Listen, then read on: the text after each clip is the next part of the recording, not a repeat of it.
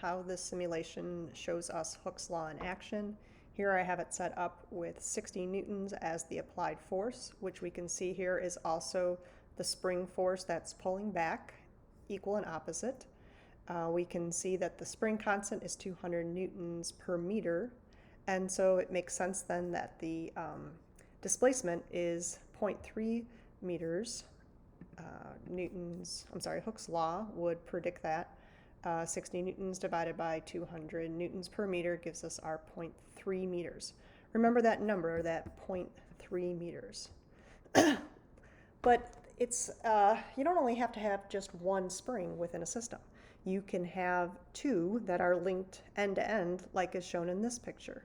Notice that I've got this set up again with 60 newtons of applied force, and my springs have constants of both are still that 200 newtons per meter.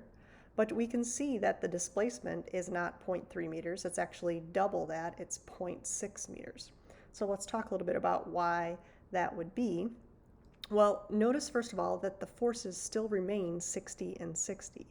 And so if you think about this point here is in equilibrium, it's not moving. And so it should have the same force pulling to the right, the applied force, as is pulling to the left, the spring force. So it should make sense that the spring force is still 60 newtons. On the other end of the spring, the whole spring would have a consistent tension throughout it. So it would also be 60 newtons on the other side, now pulling to the right on this little junction point here. And that means that since it's not moving, it's in equilibrium, the purple spring must also be pulling with 60 newtons. And so we can see that the springs are feeling the exact same amount of force all the way throughout the whole system of 60 newtons. And then if we take a look at how Hooke's law would talk about that, they're each feeling 60 newtons divided by that 200 newtons per meter like the previous calculation. And so each is going to be stretched by 0.3 meters for a total of 0.6 meters. What if the springs are not the same? What if, for instance, this spring is changed so that it is 400 newtons? Newtons per meter, 400 newtons per meter. So notice what changes and what doesn't.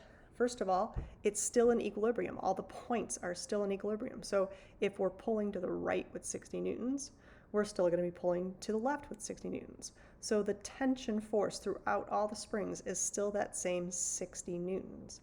But now this spring has a higher K value. And so when we go to take that force and divide it by the new value of K here, we don't get 0.3 meters. You actually only get 0.15 meters.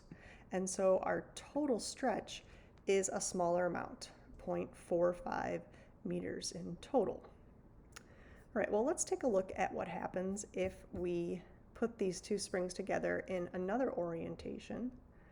Let's do this so that they are side by side, or a lot of times it's called parallel springs. And again, I've got this set up in the same situation that we started with, 60 newtons, and then my top spring and bottom spring are both 200 newton per meters as the spring constant. And notice again that the force pulling to the right is 60 newtons and the force to the left is 60 newtons. But there's a little bit more here that we can do. Let's break this into the components, the separate springs, because now we have two objects that are pulling to the left, not just a single one pulling on maybe like this point here, this system. So there's 60 newtons pulling to the right, that's the applied force, and each spring is pulling to the left. Because the springs are identical, they pull the same amount, so we can take that 60 newtons and just divide it by 2. But notice that that changes then how the spring force is, or how far the spring is displaced, because now we have 60 newtons pulling on the whole system, but on each individual spring only 30 newtons, same spring constant, and so we're going to have a smaller displacement. 30 divided by 200 is going to be 0.15, and they're going to pull the same distance consistently. what if the two springs are different? What if one of our springs, let's say this top one, is a tighter spring, has a higher spring constant? Now notice what happens there is that the 60 newtons stays the same. That's my applied force. The total amount stays the same, but it's split between the two springs in an unequal way.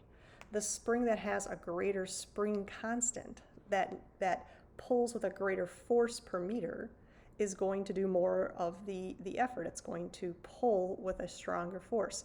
In fact, twice as big of a K value means twice as much of the force is sort of taken care of by that spring.